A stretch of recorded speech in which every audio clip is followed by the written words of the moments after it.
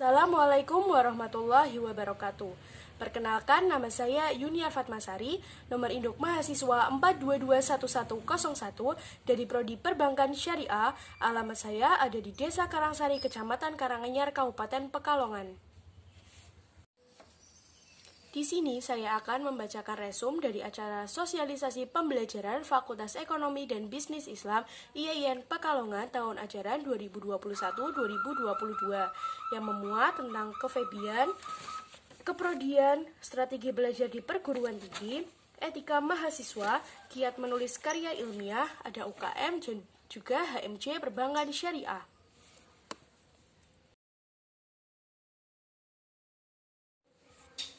Yang pertama yaitu resum tentang keFEBian. Fakultas Ekonomi dan Bisnis Islam IAIN Pekalongan berdiri berdasarkan keputusan Presiden nomor 73 tahun 2016. Adapun tagline IAIN Pekalongan yaitu Spirituality, Scientific, Entrepreneurship, dan Nationality. Slogan FEBI yaitu Semangat Melayani dengan Ikhlas.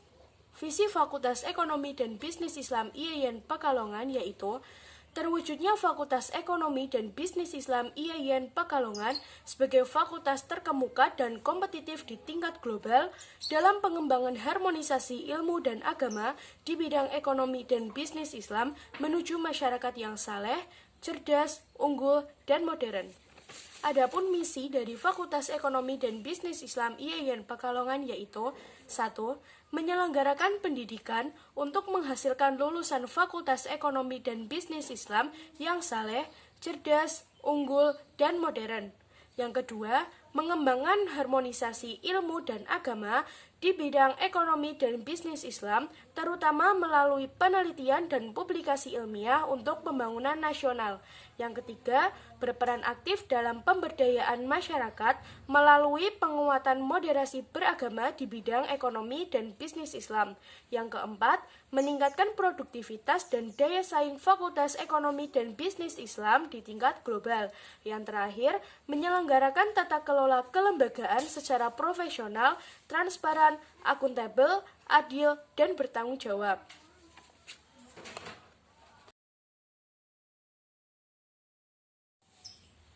Kemudian resum yang kedua yaitu tentang keprodian. Prodi saya yaitu Perbankan Syariah. S1 Perbankan Syariah diresmikan pada tahun 2017 setelah mendapat surat keputusan nomor 276 tahun 2017. Kemudian mendapat akreditasi B pada bulan Oktober tahun 2020. Adapun visi perbankan syariah yaitu terwujudnya program studi perbankan syariah Fakultas Ekonomi dan Bisnis Islam IAIN Pekalongan sebagai prodi terkemuka dan kompetitif di tingkat global dalam pengembangan harmonisasi ilmu dan agama dalam bidang perbankan syariah menuju masyarakat yang saleh, cerdas, unggul, dan modern. Kemudian adapun misi perbankan yaitu menyelenggarakan pendidikan untuk menghasilkan lulusan prodi perbankan syariah yang saleh, cerdas, unggul, dan modern. Yang kedua, mengembangkan harmonisasi ilmu dan agama di bidang perbankan syariah, terutama melalui penelitian dan publikasi ilmiah untuk pembangunan nasional.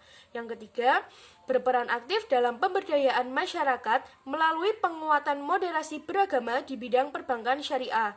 Yang keempat, meningkatkan produktivitas dan daya saing prodi perbankan syariah di tingkat global. Yang terakhir, menyelenggarakan tata kelola kelembagaan secara profesional, transparan, akuntabel, adil, dan bertanggung jawab. Profil lulusan perbankan syariah. Yang pertama, diharapkan menjadi ahli dalam bidang perbankan syariah. Yang kedua, menjadi ahli dalam bidang keuangan dan perbankan syariah. Adapun profil lulusan tambahan prodi perbankan syariah yaitu sebagai berikut. Diharapkan menjadi peneliti bidang kajian perbankan syariah, diharapkan menjadi entrepreneur, pengusaha, ataupun dewan keuangan. Pada tahun 2021, perbankan syariah memiliki jurnal ilmiah yang diberi nama Jurnal Telocity yang berfokus pada keuangan dan perbankan syariah.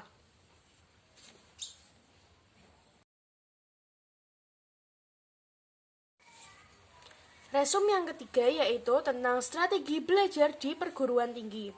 Kuliah itu sama dengan investasi masa depan. Kuliah mencakup 1. Knowledge, yang kedua skill, yang ketiga teknik, yang keempat attitude, yang kelima adalah experience. Kemudian cara belajar itu ada beberapa. Yang pertama yaitu strategi belajar visual, yang ketiga strategi belajar auditory, yang ketiga strategi belajar kinetik, yang keempat strategi belajar berkelompok, yang kelima strategi belajar mandiri. Kemudian kiat-kiat membaca efektif, ada beberapa metode membaca, yaitu ada survei, question, read, recite, dan review. Kemudian beberapa strategi menyimak aktif. Yang pertama yaitu jaga kontak mata, yang kedua aktif di dalam kelas, yang ketiga yaitu fokus, yang keempat selektif dalam mencatat, yang kelima menyingkirkan kebiasaan buruk, yang keenam mengingat hal yang pantas untuk diingat. Kemudian teknik mengingat itu ada beberapa, yaitu grouping, gunakan irama, visualisasi, dan gunakan singkatan. Kemudian beberapa strategi untuk menghadapi ujian. Persiapan sebelum ujian, yaitu ada sediakan cukup waktu untuk belajar, tahu spesifikasi ujian, belajar berkelompok, kemudian siapkan dengan baik. Kemudian sumber penting. Sumber penting ini ada beberapa macam, yaitu seperti perpustakaan, soal ujian tahun lalu, catatan kuliah, dan juga Google Scholar. Lalu saat menjalani ujian, hal-hal yang perlu diperhatikan yaitu kerjakan dulu yang mudah, jangan tegang, kemudian jawab sesuai dengan pertanyaan. Kemudian setelah selesai ujian, hal-hal yang harus diperhatikan adalah periksa penjumlahan nilai, periksa tiap pengurangan nilai, simpan kertas ujian. Nilai perbatasan biasanya terbantu dengan absen, tugas, dan lain-lain. Kemudian beberapa teknik menulis yaitu memahami materi, kemudian menulis draft awal, lalu yang terakhir yaitu merevisi draft. Memahami draft mencakup beberapa hal, yaitu pahami deskripsi tugas, cek siapa calon pembaca, yang terakhir perkaya referensi. Kemudian untuk menulis draft awal mencakup beberapa aspek, yaitu brainstorming, mulai di mana saja, jangan dulu mengkritik diri, biarkan mengalir, jangan takut mengubah outline, gunakan gaya sendiri, dan lupakan draft untuk sementara. Kemudian sebelum presentasi itu ada hal-hal yang harus diperhatikan, yaitu seperti kuasai materi, public speaking, dan terakhir penyajian materi.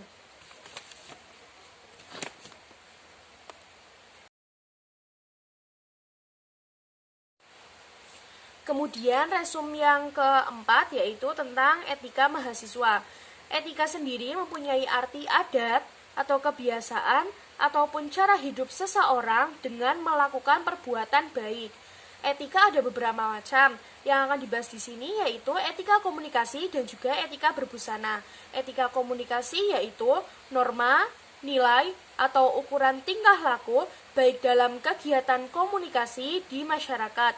Sementara etika berbusana yaitu norma, nilai, atau ukuran tingkah laku baik dalam kegiatan berpakaian di masyarakat. Kemudian etika pergaulan di lingkungan kampus.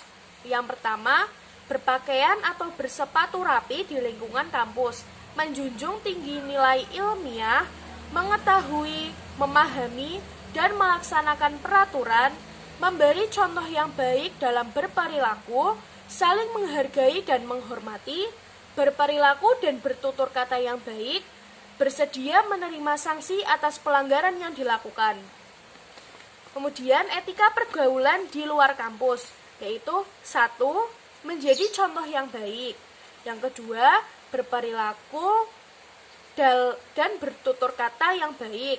Yang ketiga, berupaya mengaplikasikan ilmu pengetahuan dan teknologi. Kemudian etika pergaulan mahasiswa dengan dosen. yaitu yang pertama, mahasiswa harus menjaga citra akademik. Yang kedua, biasakan memberi salam. Yang ketiga, berjabat tangan. Kemudian yang keempat, menundukkan kepala dan ucapkan salam. Yang kelima, menjaga perkataan. Yang selanjutnya yaitu etika pergaulan antar manusia. Yang pertama, biasakan menyapa. Jangan mengolok-olok teman. Jaga citra sebagai insan terpelajar. Jangan menyapa teman dengan julukan. Hindari ucapan yang merendahkan. Menghormati ide, pikiran, dan pendapat. Jangan berprasangka buruk. Menjaga perasaan teman. Biasakan kata maaf, tolong, dan terima kasih. Biasakan untuk menolong teman. Pahami makna solidaritas. Biasakan saling mengingatkan. Biasakan bergaul dengan semua teman. Selalu sampaikan pesan orang lain. Kemudian yang terakhir yaitu sampaikan sesuatu yang salah.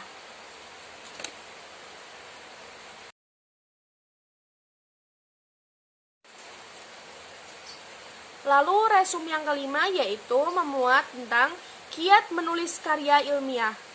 Menulis itu menyajikan sebuah informasi atau kebenaran. Kemudian sumber dan cara memperoleh kebenaran itu ada beberapa. Yang pertama yaitu animisme dan dinamisme. Yang kedua berpikir logis dan filsafati. Yang ketiga agama dan kitab suci. Yang keempat trial dan error. Yang kelima tokoh beroraritas seperti kiai, dukun, dan lain-lain. Yang terakhir yaitu penelitian. Penelitian sendiri yaitu cara untuk memperoleh kebenaran dengan sangat sungguh-sungguh dengan menjunjung prinsip-prinsip ilmiah. Terus penelitian umumnya dilaksanakan oleh akademisi atau peneliti atau lain-lain.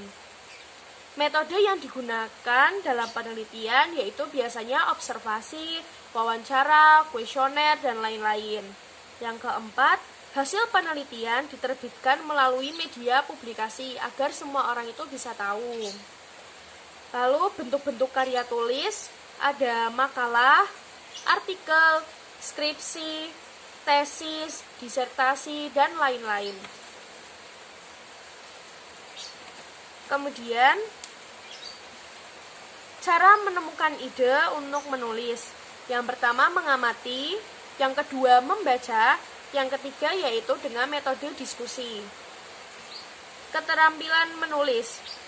Yang pertama itu ada terus rajin berlatih, menggunakan reference management. Yang ketiga menyajikan dengan baik, logis, dan sistematis.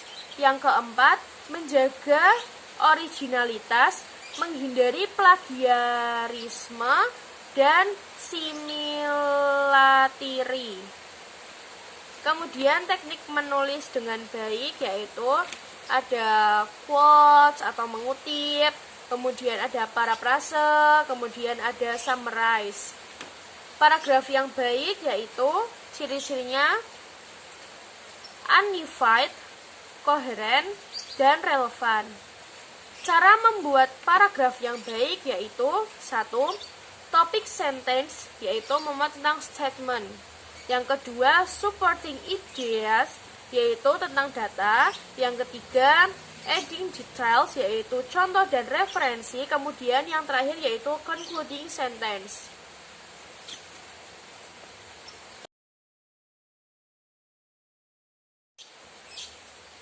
Kemudian yang selanjutnya yaitu resum tentang HMJ Perbankan Syariah. HMJ Perbankan Syariah memiliki visi yaitu bergerak bersama mewujudkan HMJ Perbankan Syariah yang peka, yaitu progresif, kreatif, dana, dan inspiratif. Untuk mencapai visi tersebut, dibuatlah misi-misi yaitu sebagai berikut. Yang pertama, menciptakan semangat spiritualitas, intelektualitas, dan rasa kepercayaan diri terhadap pengurus. Yang kedua, menjadikan HMJ Perbankan Syariah sebagai wadah aspirasi mahasiswa perbankan syariah IAIN Pekalongan. Yang ketiga, mengedepankan budaya gotong royong, guyup rukun, serta keterbukaan informasi antar pengurus. Yang keempat, menjalin komunikasi sesama Ormawa FEBI, birokrasi FEBI, demisioner HMJ Perbankan Syariah IAIN Pekalongan, dan lembaga keuangan syariah. Yang terakhir, menggali dan mengayomi minat dan bakat mahasiswa Perbankan Syariah IAIN Pekalongan secara komprehensif supaya berjalan secara linier. Kemudian adapun tugas HMJ Perbankan Syariah yaitu 1. Menghimpun dan menyalurkan potensi mahasiswa perbankan syariah dalam satu wadah organisasi yaitu HMJ Perbankan Syariah. Yang kedua, memberdayakan mahasiswa intelektual sebagai penerus perjuangan bangsa. Yang ketiga, mengadakan komunikasi dan kerjasama dengan pihak lain selama masih dalam konteks kekeluargaan dan tidak merugikan salah satu pihak. Kemudian fungsi HMJ Perbankan Syariah yaitu sarana informasi dan komunikasi khususnya mahasiswa perbankan syariah dan umumnya mahasiswa IAIN Pekalongan dalam mewujudkan nilai-nilai intelektualitas. Yang kedua, wadah kaderisasi mahasiswa perbankan syariah untuk memupuk rasa persaudaraan dalam menyiapkan kader-kader bangsa yang berkualitas dan berakhlakul karimah. Yang terakhir, ikut berpartisipasi aktif dalam penyelenggaraan pembangunan moral di wilayah kampus dan masyarakat sekitar.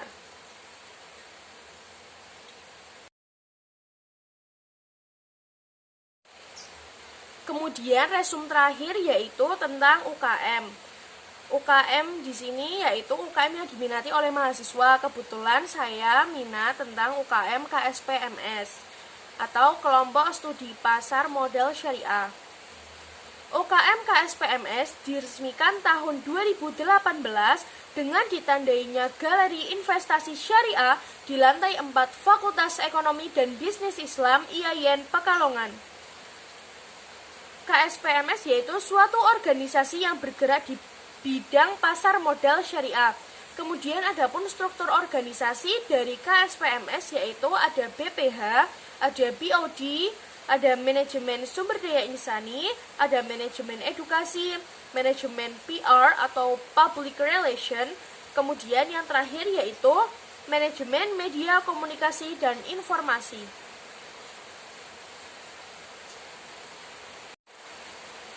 Kurang lebihnya hanya itu yang dapat saya sampaikan tentang resum acara sosialisasi pembelajaran Fakultas Ekonomi dan Bisnis Islam IAIN Pekalongan tahun ajaran 2021-2022. Kalau ada salah, saya minta maaf. Wassalamualaikum warahmatullahi wabarakatuh.